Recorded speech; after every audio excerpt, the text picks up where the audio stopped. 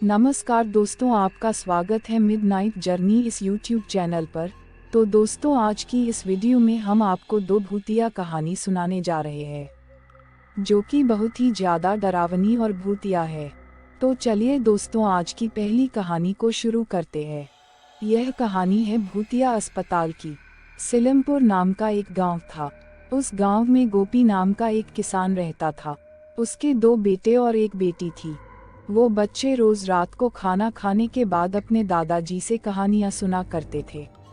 उनके दादाजी भी बच्चों को अच्छी अच्छी कहानियाँ सुनाया करते थे, इससे उनका भी मन लगा रहता था। एक दिन दादाजी बच्चों को एक भूत वाली डरावनी कहानी सुनाने लगे। उन्होंने बताया कि मैं आज तुम लोगों को जो कहानी सुनाने जा रहा हूँ वह बहुत ही डरावनी और सच्ची घटना पर आधारित है। यह कहानी हमारे ज़माने की एक अस्पताल की है जो करीबन 200 साल पुराना था। उस भूतिया अस्पताल के ठीक बगल में ही एक कब्रिस्तान था। उस अस्पताल में आज से 80 साल पहले एक लड़की तड़प तड़प कर मर गई थी और मरने के बाद भूत बनकर हर दिन किसी न किसी को मारती थी। रात के समय में जो भी उस रास्ते से होकर जाता था वो कभी भी वापस अपने घर नहीं जाता था।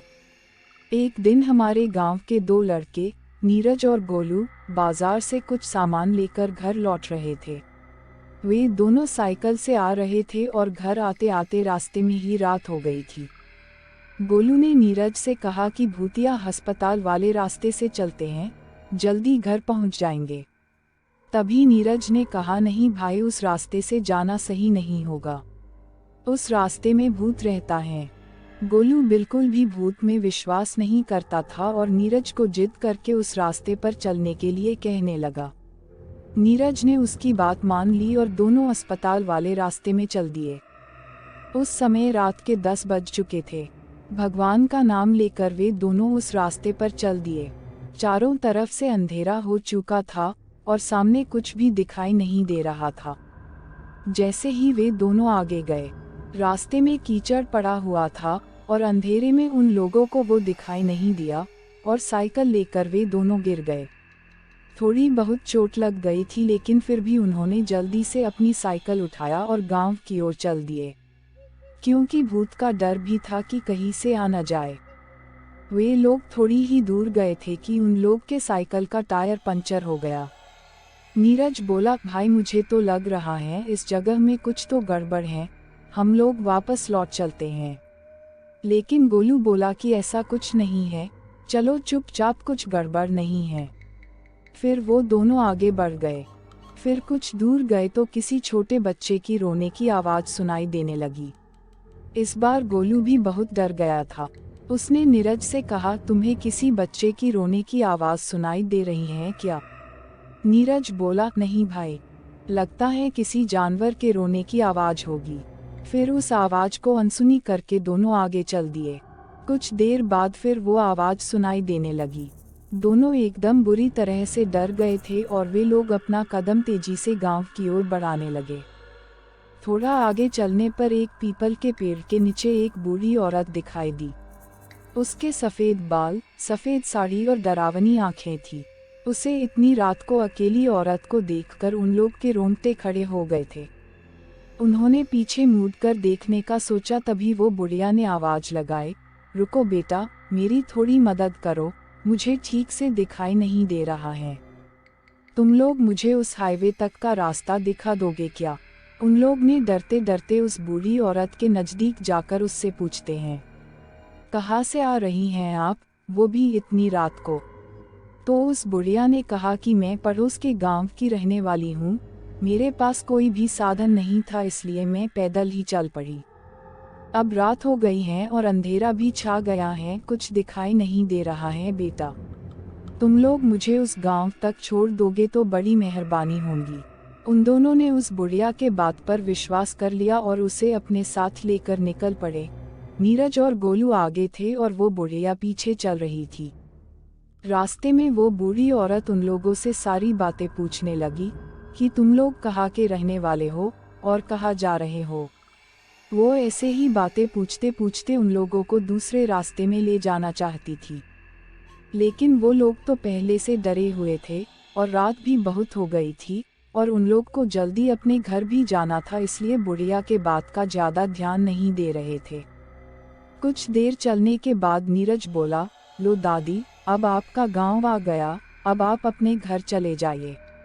और ऐसा बोलते हुए उसने जैसे ही पीछे मुड़कर देखा तो वहाँ कोई नहीं था।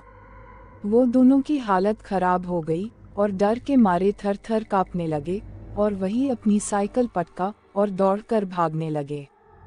भागते भागते भूतिया अस्पताल के पास कब्रिस्तान तक पहुंच गए। रात के 12:30 बज चुके था। वे लोग पसीने से तरबतर हो गए थे और कब्रिस्तान पार कर जल्दी से अपने घर चले गए। उन लोगों को लेकर घर वाले भी बहुत परेशान और चिंतित थे। फिर उन दोनों ने अपने घर वाले को सारी बातें बताई जो उनके साथ हुआ था, और तब से रात के समय में उस रास्ते से कभी नहीं जाने का फैसला किया। तो दोस्तों, इसी के साथ हमारी पहली कहानी यहीं पर खत्म होती है। तो चलिए अब दूसरी कहानी शुरू करते हैं।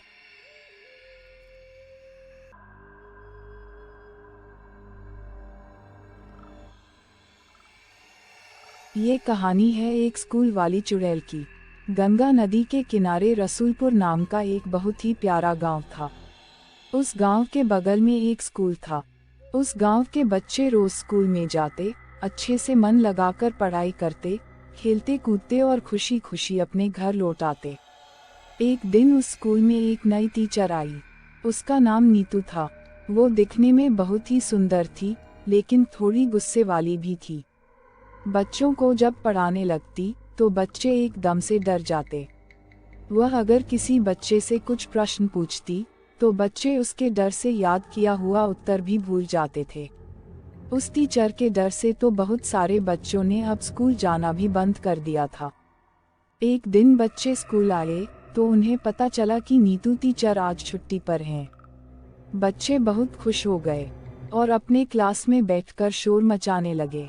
तभी अचानक से नीतू टीचर आ गई और बोली, क्या हुआ तुम लोगों को, इतना शोर क्यों मचा रखा है क्लासरूम में? टीचर गुस्से में बोलती हैं कि आज तुम लोगों को मैं इसकी सजा देके रहूंगी। तुम सब मुर्गा बन जाओ। सभी बच्चे डरे हुए स्वर में टीचर से बोलते हैं, हमें माफ कर दीजिए टीचर, अब से शोर नहीं मचाएंगे। टीचर बोलती हैं, ठीक है, मैं तुम लोगों को एक शर्त पर माफ करूंगी, जब तुम लोग इंग्लिश का टेस्ट दोगे। टीचर के बात सुनकर सभी बच्चे चुपचाप हो जाते हैं। तभी पीछे से पिंकी नाम की एक लड़की बोलती है, मैम मैं टेस्ट देने के लिए तैयार हूँ। तभी टीचर बोलती हैं कि मैं एक ही बच्चे को पढ़ाती हूँ क्या, टेस्ट सबको देना पड़ेगा। फिर कुछ देर बाद नीतू मैम टेस्ट लेने लगती हैं। क्लास में कुछ पीछे बैठे बच्चे आपस में खुसूर फुसूर कर रहे होते हैं। आवाज सुनकर टीचर पीछे जाती हैं और एक बच्चे को चीटिंग करते हुए पकड़ लेती हैं और कहती हैं, ये क्या सुमित, तुम चीटिंग कर रहे हो, तुम्हारी इतनी हिम्मत, आज मैं तुम्हें नहीं छोड़ूंगी, आज तो तुम्हें सजा मिलकर ही रहेगी। इतना कहकर टीचर एक डरावनी चुड़ैल बन जाती हैं। सभी बच्चे उस चुड़ैल को देखकर डर जाते हैं और जोर जोर से चिल्लाने लगते हैं, बचाओ बचाओ, कोई हमें बचाओ। फिर तभी वो सुमित को हवा में उल्टा लटका देती हैं। सुमित रोते रोते बोला, मैम अब से चीटिंग नहीं करूँगा, प्लीज़ हमें माफ़ कर दीजिए। स्कूल वाली चुड़ैल बोलती हैं, नहीं करूँगी माफ़, क्या तुम लोग को पता नहीं है, मैं चीटिंग करने वालों को माफ़ नहीं करती हूँ। ऐसे बच्चों से मुझे सख्त नफरत है। सुमित के लाख माफ़ी मांगने पर भी वो चुड़ैल उसे माफ़ नहीं करती हैं और कहती हैं कि आज जो टेस्ट में पास नहीं होगा उसे मैं बहुत मार दूंगी। अब बच्चे तो डर के मारे थर थर कांपने लगते हैं। कुछ देर बाद वो सारे बच्चे का टेस्ट पेपर लेकर चेक करती हैं और जो बच्चे फेल होते हैं उन्हें वो कहती हैं, कहा था ना मैंने कि जरा सी पढ़ाई भी कर लो, लेकिन नहीं, तुम्हें तो चीटिंग करनी है, शोर मचाना है, इसलिए अब मरने के लिए तैयार हो जाओ। चुड़ैल के सामने फेल हुए बच्चे खड़े होते हैं और उन फेल हुए बच्चों को सबके सामने बड़ी बेरहमी से पटक पटक कर मार देती हैं और दूसरों बच्चों से कहती हैं, अब से किसी ने चीटिंग करने की कोशिश की तो ऐसी ही मौत दूंगी, अब तुम लोग अपने घर जा सकते हो। और हाँ, अगर तुम में से किसी ने भी मेरे बारे में अपने माँ बाप से या फिर किसी और से भी कुछ भी कहा या बताया, या फिर तुम में से किसी ने भी कल छुट्टी ली, तो समझ लेना इन बच्चों से भी बुरी मौत दूंगी। सभी बच्चों के मन में उस स्कूल वाली चुड़ैल का डर बैठ जाता है और सभी बच्चे अपने घर डरे हुए हालत में जाते हैं। तभी पिंकी की माँ उससे कहती है, पिंकी तू इतनी डरी हुई क्यों है? और तुझे तो बहुत तेज बुखार भी है। पिंकी डरे हुए आवाज में बोलती है, कुछ नहीं माँ, मुझे कुछ नहीं हुआ है। मुझे बहुत पढ़ाई करनी है, मैं पढ़ने जा रही हूँ। इतना बोलकर वो अपने कमरे में जाकर पढ़ने लगती है। दिन पर दिन उस चुड़ैल का खौफ बच्चों में बढ़ता ही जाता था, और जो बच्चा नहीं पढ़ता उसे वो मार दिया करती थी। कुछ बच्चे उस बात को दूसरे टीचर को बताने की कोशिश करते हैं, लेकिन फिर ये सोचकर डर जाते हैं कि उस चुड़ैल को पता चल जाएगा तो वो हमें भी मार डालेगी, इसलिए चुपचाप डरे हुए अपने क्लास में चले जाते हैं। एक दिन क्लास में सभी बच्चे पढ़ रहे थे कि एक चीकू नाम का लड़का क्लास के अंदर आता है और पीछे वाले बेंच पर बैठ जाता है। तभी पिंकी उसके पास जाकर बोलती है, अरे चीकू तू क्यों आया यहाँ पर? जा और भाग जा यहाँ से। चीकू बोलता है, क्यों भाग जाओ? और तू इतनी डरी हुई क्यों है? पिंकी बोलती है, वो देख तेरे पीछे चुड़ैल है। चीकू जैसे ही पीछे देखता है वैसे ही उसकी सांस अटक जाती है और वो भागकर स्कूल के दूसरे कमरे में जाकर छुप जाता है। और तभी स्कूल वाली चुड़ैल अचानक से वहां पहुंच जाती है और चीकू को देखकर जोर जोर से हंसने लगती है और कहती है, आखिर तू आ ही गया, मुझे तेरा ही इंतजार था। अब तू ज्यादा देर तक जिंदा नहीं रह सकता। चीकू डरते हुए बोलता है, मैडम आप जिंदा हैं, आपको तो हमने मार डाला था। चुड़ैल बोलती है, हाँ तूने और तेरे बाप ने मिलकर मार डाला था। तेरे बाप को तो मैंने बहुत पहले ही मार दिया। अब तेरी बारी है, तू मरने के लिए तैयार हो जा। चीकू चुड़ैल से विनती करता है, मैडम मुझे छोड़ दीजिए, अब से मैं मन लगा कर पढ़ाई करूँगा। चुड़ैल बोलती है, क्यों, तूने और तेरे बाप ने मुझे छोड़ा था क्या उस दिन, जब मैं दोनों के आगे गिड़गिड़ा रही थी, माफ़ी मांग रही थी? नहीं ना? तो अब तुझे भी मरना ही पड़ेगा। इतना बोलकर चुड़ैल उसे वहीं पर पटक पटक कर मार देती है। तभी छिपकर खिड़की से प्रधानाध्यापक ये सब देख लेता है और जिसके बाद वह लड़खड़ा कर गिर जाता है। उसके गिरने की आवाज़ चुड़ैल के कानों में आ जाती है और चुड़ैल उसके पास जाकर उसे हवा में उड़ाने लगती है। कुछ देर बाद छोड़ देती हैं और कहती हैं, मुझे माफ़ कर दीजिए सर। फिर टीचर बोलता है, नीतू ये तुम क्या कर रही हो और ये क्या हाल बना रखा है तुमने? और अगर तुम मर गई थी तो बच्चों को पढ़ा कौन रहा था? सर मैं आपको सारी बातें शुरू से बताती हूँ।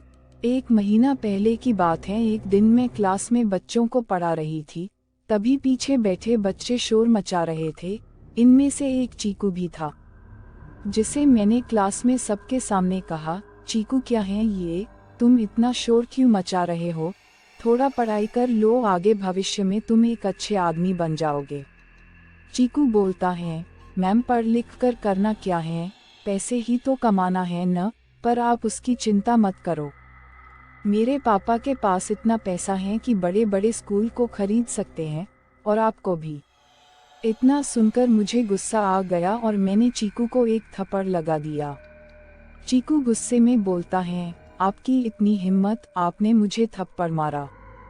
आप मुझे सिखाएंगी? आप जानती नहीं हैं मेरे पापा कितने अमीर हैं। अभी मैं अपने पापा को बताता हूँ, फिर देखना आपका क्या हाल होता है। नीतू मैडम बोलती हैं, क्या हाल करेगा, बता क्या करेगा मुझे? इसी बात पर एक और थप्पड़ लगा देती हैं, जिसके बाद क्लास में चीकू की बहुत बेइज्जती होती है और सब बच्चे उस पर हंसने लगते हैं।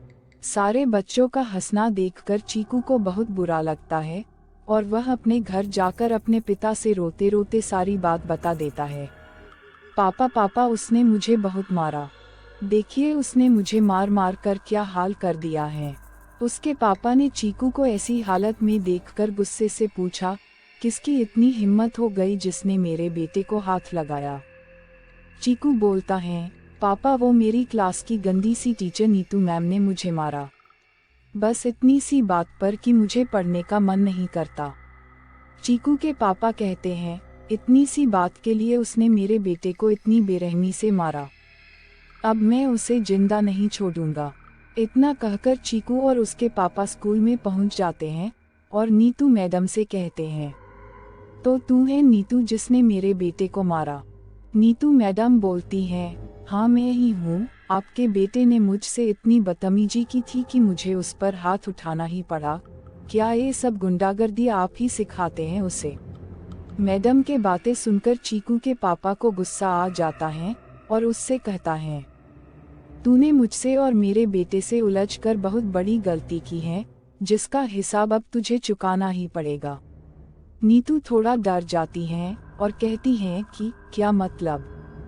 तब तक चीकू के पिता नीतू मैडम के सर पर एक डंडे से मार देता है और नीतू मैडम नीचे जमीन पर गिर जाती हैं और उसके पेट में चाकू घोंपकर मार देते हैं। नीतू मैडम उस सर से कहती हैं, सर इसमें मेरी कोई गलती नहीं थी, फिर भी ये सब हुआ मेरे साथ, जिसके बाद मैं बदले की भावना में चुड़ैल बन गई। लेकिन सर मैं यही चाहती हूँ कि बच्चे खूब पढ़े लिखें। तब स्कूल के टीचर बोलता है, सच में नीतू तुम्हारे साथ बहुत बुरा हुआ। तुम एक बहुत अच्छी टीचर थी जिसने मरने के बाद भी बच्चों को पढ़ाया, लेकिन तुमने कई बच्चों की जान भी ले ली, इसके लिए मैं तुम्हें माफ़ नहीं कर सकता। चुड़ैल फिर टीचर से कहती है, मुझे माफ़ कर दीजिए सर, लेकिन जो बच्चे पढ़ेंगे नहीं उन्हें मरना तो होगा ही। टीचर कहता है, देखो नीतू, अच्छा यही होगा कि अब तुम यहाँ से चली जाओ। अब तुम इस स्कूल में नहीं रह सकती। तुम्हारे रहने से बहुत से बच्चों की जान चली जाएगी और मुझे ये स्कूल बंद करना पड़ेगा और ये मैं नहीं चाहता। क्या तुम भी यही चाहती हो कि ये स्कूल बंद हो जाए और बच्चे पढ़ाई लिखाई से दूर हो जाए? ये बात सुनते ही नीतू अब सर से माफ़ी मांग लेती है और हमेशा हमेशा के लिए वहाँ से चली जाती है। अब स्कूल में कोई भूत प्रेत आत्मा नहीं रही। सारे बच्चे अब सब कुछ भूलकर पहले जैसे ही हंसी खुशी पढ़ने लगे। अब किसी को भी किसका डर नहीं रहा। अब सब कुछ बिल्कुल ठीक है, बिल्कुल पहले जैसा। तो दोस्तों, उम्मीद है कि हमारी आज की ये कहानी आपको जरूर पसंद आई होगी। इस कहानी का अगला भाग देखने के लिए अपनी राय कमेंट बॉक्स में ज़रूर दें और इस कहानी का अगला भाग ज़रूर देखें, जो कि बहुत ही जल्द हम आपके लिए लेकर आएंगे। अगर आपको इसी तरह की डरावनी कहानियाँ पसंद है तो प्लीज़ हमारे इस YouTube चैनल को सब्सक्राइब ज़रूर करें और बेल आइकॉन प्रेस करें ताकि हमारी अगली कहानी की नोटिफिकेशन आप तक सबसे पहले पहुंचे और आप उसका आनंद ले सके। तो दोस्तों, फिर मिलते हैं अगली कहानी के साथ। तब तक हमारी चैनल पर प्रसारित की गई सभी भूतिया कहानियों का आनंद ज़रूर लें और इस मिडनाइट जर्नी में हमारे साथ बने रहने के लिए चैनल को सब्सक्राइब ज़रूर करें। धन्यवाद।